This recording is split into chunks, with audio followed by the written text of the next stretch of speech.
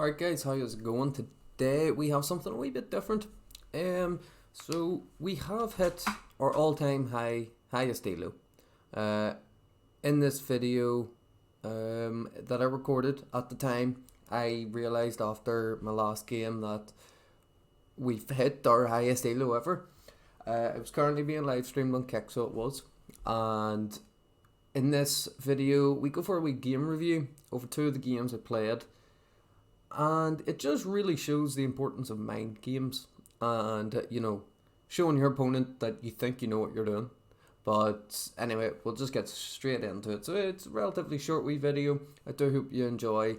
And if you keep wee listening out throughout it, I do ask a couple of questions that really I would like an answer for. How certain things are the best move and how you guys would react to certain positions possibly. But anyway guys, thank you so much for tuning in. Leave a like and a comment. Don't forget to check out the Kick stream as well down below. Just hit that follow button and you'll get notified whenever I go live. But anyway guys, thank you so much. Let's go. Here we go. We'll get straight into, we'll go for this one first. So what we're doing today is we're reviewing some of the games I have been live streaming. Currently still live at the moment. And we've actually reached, as you cannot see at the moment, but 1,041 elo. It's our highest by far, and I didn't even notice that it was the highest that I got. I was just sitting playing, having a wee drink, and here we are. So this game, we ended up playing, our favourite audience, our favourite opening, the Indian. We play a Indian. We don't end up playing the Indian opening.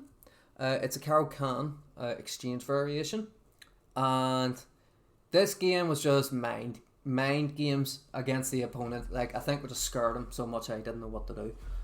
So let's get into it. As you can see, the accuracy here, it's not the best. It's still high. It's still relatively good, and no great moves.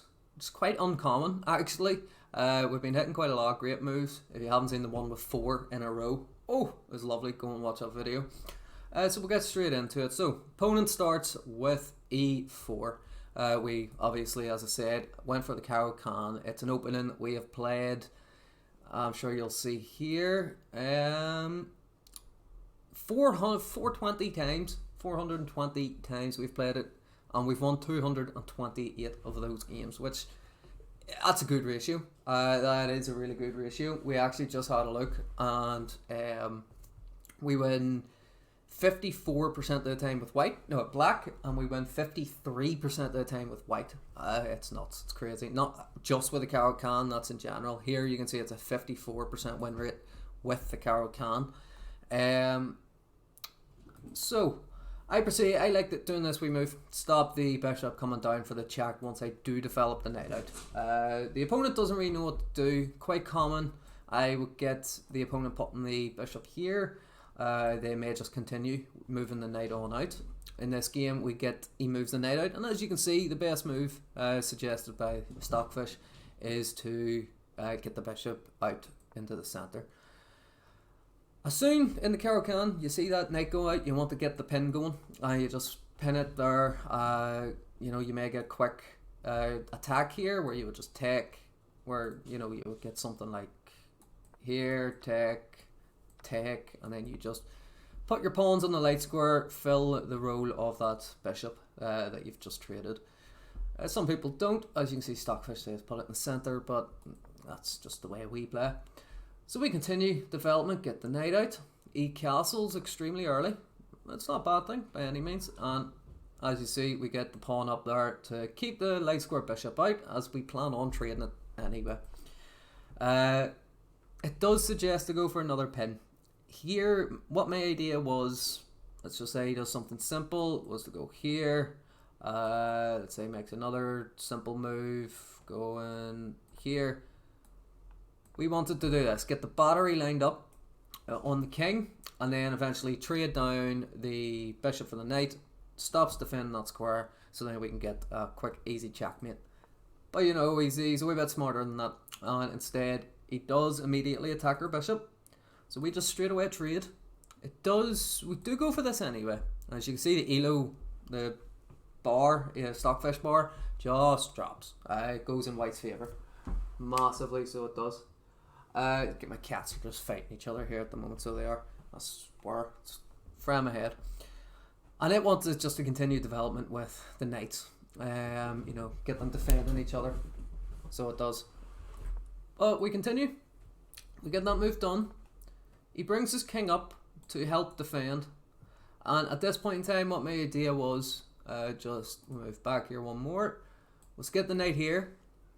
Then take, after get the queen up. And then take, and we'll have a fork. But obviously, it's not that powerful. Plan didn't work out. We continue development, just making small wee maneuver moves. Put so much pressure on this pawn. All the fight was going on here at the moment. So we had, 4 pieces currently staring at this. So we did. While he only had 3. So we were winning that trade, kind of. Only if he continued, followed up with the queen and stuff, because we would just have to sacrifice the knight. One of the knights or the bishop to, get them pieces off the board. Apparently this is a blunder. Now we'll have a look at why this is a blunder. And for anyone that has review, and, does constantly review their games, it's difficult to understand because you'll get a big massive line. I haven't had a look at this one, but you'll get a big massive line and you're like, where's this come from? But your opponent isn't always going to play the best moves. Obviously, the higher elo that you get, the higher rating you get, they're going to find the better moves. So we'll have a wee look. So this thinks trading down is not the best, and it says it just expects me to retreat the queen. Now in this position, I probably would have taken. To which we'll see what the computer suggests for the enemy, which would be a discovered attack on the queen, and it's saying our best move then is to just this is what it's saying. So it wants bishop takes, then it thinks he'll take, then retreat back. So we're actually pinned. I didn't even notice that there. Say something so simple. We'll have a pin, and he just had a discovered attack to create that pin with a weaker piece being the rook. So go back to the line, but instead he takes with the pawn. So we take with the knight. He takes there. Now this is where it gets wacky, and this is where the mind games come into play. I realized, okay, we've messed up. We have to fight here for what we're doing, and I couldn't really see anything to do. I see the knight there is being attacked by 2 different pieces, the bishop and the queen, here in the middle, and it can very quickly be attacked by another, being the rook with a discovered attack. So we do a desperado and we take the bishop. Now, I did also notice that this pawn was under attack by his queen, so if we didn't do that, we could have easily just taken here and probably eventually won the rook. So we do a desperado. He takes back with the queen. Okay, we castle, and he moves his queen again, and he snatches up that pawn. Now here's where it gets very, very confusing. So I decided we'll pull the rook across, we'll create a pin, put a bit of pressure on it. He drops his queen back. I don't know what his plan was, because I was looking and I was like, what's he thinking? Like, what is his idea here? I can't see what his plan is. One move too late, I noticed that we could create a pin, so he can't take, and then, so I'll show you here, we have here, say he does a simple move like brings the rook over into attack, the disgusting move, check, knight h4, check, and he can't take because it is pinned. Now I seen this a move too late, and I was raging with myself. I couldn't believe it. But instead, my idea was here and attack his bishop. So we'll go for the first move, and then I'm looking very confused. I panic. I'm like, hold on, if we push, we can't take because it's pinned. The queen is pinning our pawn to our king, so we can't take. I was thinking about maybe king h7, but it didn't end up playing that. And instead, I went for an absolute outrageous move that just must have messed with his mind, something shocking, because we go knight e3, It's a complete blunder of a piece. And like as you can see from the wee symbols there, he resigns. He sees that I forked him, but the knight could be taken two ways. We taken with the bishop or the pawn. So I don't know why he didn't resign. My idea was, okay, say he takes, and then I take, and then he takes. You know, I sacrificed the piece, but my rook's up there and we're developed. But he's just winning. That's such a big advantage. He's 4.2 advantage. But yeah, it was just mind games. He must have thought that I was looking like 5 steps ahead, and he was like, okay, I'm screwed, I'm losing my queen, or I'm losing something. And he was like, nah, I'm not dealing with it, I'm not even letting him take it.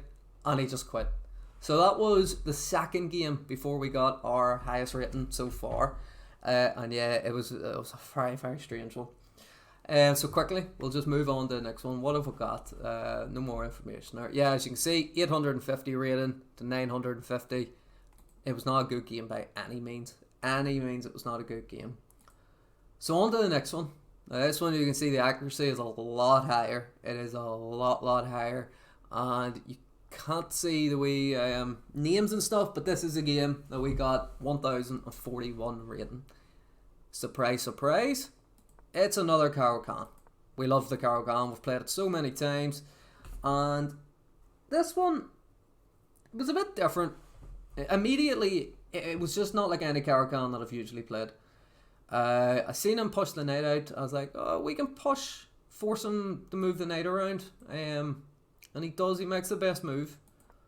We continue development, pin both his knights together. Now, what he wants here is take. I realised that, so we kept the pressure. We just kept the knight there, or the bishop there, and just kept that pressure, kept developing. Now again, we pre-moved this is very, very common in the Caro-Kann that the bishop comes out and we take. So as you can see in this game, I didn't actually do this wee move earlier on, just because we were too busy hunting down his knight. So he gets the knight. We have this very strange pawn structure in the centre, very easily attacked, and my plan here with this move was not really for an escape square, but to push and kind of get all these pawns connected in the centre. So it would have been, I don't know, say done a move like this, it would have been there, and we've got this structure here going at the moment. As you can see, it's still better for him. He still has a 1.4 advantage. So we continue.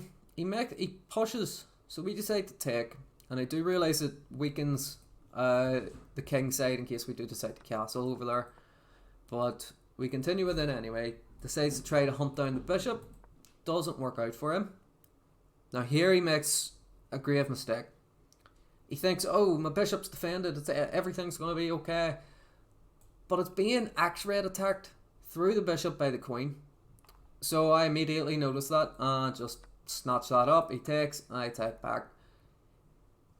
I don't understand how that's the best move. Explain to me how him castling with no defence in front of his king. Yes, it's putting pressure here, but it's defended. Okay, it's not a big deal. How is that the best move? Well, have a look. What's Stockfish next? So it wanted me to take the pawn. That was it. That was it. That's what the only line that it suggests for me there. For him making that move.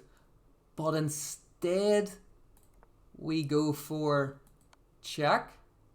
Okay, so what squares can he go to? If he goes here, we just take. That was part of the plan anyway. If he goes here, I was planning take, and what's the computer suggest? G1 is his only legal move. Queen G4, take with another check, creating a pin, and King H2. Like, he's just moving about. His king's completely wide open and undefended, but it doesn't happen that way. It doesn't work out. Instead, he decides to block with his rook. Again, best move by Stockfish. Perfectly fine, but we have a massive advantage straight out of the gate. He just messed up here, and he was just so hyper focused on the fact that he put both his knights in the corner. keep in mind how that knight got there. Keep your eye on this knight. Keep your eye on this knight. It gets chased down. It jumps around. The second knight comes out the party, you know, tries to get involved. And the first knight just jumps into his spot. He's just swapped positions with his knights. Like, okay, that's okay, grand. So yes, as we say, continuing on here. Massive blunder, just loses a piece completely. We just start checking out, resigns. And that is the game that got us to 1041 elo. By far, it is our highest elo yet. Can even open up my account here. You know, as I said, we've been live streaming, currently live at the moment, recording this. You know, you can come and join at any time. Well, when I'm on, obviously. What date is it? It's the 26th. First game today was a blitz game. 50 moves. The blitz game lasted 50 moves. We ended up winning it. Had a wee game against the computer, test a few things out, check the stuff. Continued on, a couple more blitz games just before we started streaming. Yeah, like we're getting some crazy resignations. Like it doesn't make any sense. It's the mind games, you know. You gotta get into their head. I'm telling you, it works. It really does work. And then yeah, these are the games that we've currently streamed at the moment, along with some of these blitz. And yes, we did get a very cheap win here. Made one move each, and the guy resigns. I don't care. It happens. You'll take any rating points that you can get. But yeah, anyway, I'm really, really happy with the progress we've been making here so far. As you can see here on the side, it's been a good increase. It has, you know, stepping stones are there, and just a big leap. As soon as we got into 1,000, you know, we've been maintaining it. We dipped there in the 900 range. What was it? 998. We've just kept it up. We'll have a wee look here at the stats. You know, everyone likes stats, don't they? Everyone likes numbers. Jump onto the rapid, as you know, that's what we're playing here the most. Up, what's that? 233 in 90 days. What have we progress have we made in a week? 16 rating in the past month, up 145. Now, I don't do a lot of studying by any means. I don't do a lot of studying. And all time, we have played 648 games of rapid alone. Won 54% of our games. It's just nuts. It is just nuts. Anyway, guys, thank you so much for watching. Don't forget, link in the description the live stream. You can tune in at any time. Well, obviously when I'm on, you can sit there and watch the blank screen if you'd like. It's totally up to yourself. But anyway, yeah, thank you so much for watching. Leave a comment, you know, about what you think of this progress. What do you think of the mind games of chess? Because having him resign in that position was just nuts. It made no sense. You just scare your opponent into thinking you're looking 6 moves ahead, and there's nothing they can do. Anyway, guys, yep, have a good day. Bye bye.